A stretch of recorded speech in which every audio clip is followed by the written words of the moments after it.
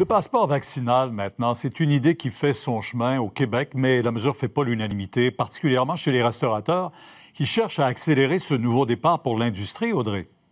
Le passeport vaccinal, c'est déjà obligatoire dans certains pays pour manger au restaurant. À d'autres endroits, c'est optionnel. Au Québec, ça pourrait prendre la forme d'un code QR, mais rien n'est encore décidé. François Legault, en mêlée de presse un petit peu plus tôt, a dit on n'est pas rendu là, on attend les recommandations de la santé publique, mais quand même, l'idée fait son chemin dans la tête des restaurateurs.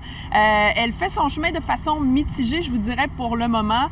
Plusieurs pensent que c'est une bonne idée. Vous savez que les restaurants sont fermés depuis octobre dernier en zone rouge. Ils sont ouverts pour la livraison, pour les commandes, pour emporter.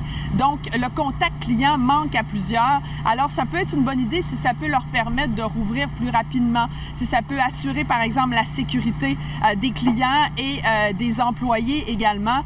Mais plusieurs autres pensent que c'est une tâche supplémentaire qu'on met sur le dos des commerçants qui doivent déjà gérer de nombreuses mesures sanitaires en place. Ils ne veulent pas jouer à la police. Je vous propose d'écouter des réactions.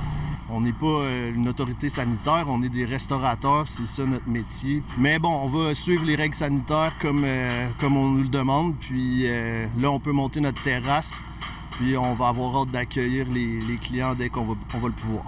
Ça va être une condition. Et j'ai déjà envoyé un mémo à tous mes employés qu'ils se préparent. À mon âge, moi, je préfère la santé, je préfère rester en vie que faire un $500 de plus parce qu'on accepte n'importe qui. La preuve vaccinale digitale, qui est le projet sur lequel travaille le gouvernement du Québec, sera disponible uniquement lorsque tout le monde aura eu la deuxième dose, là.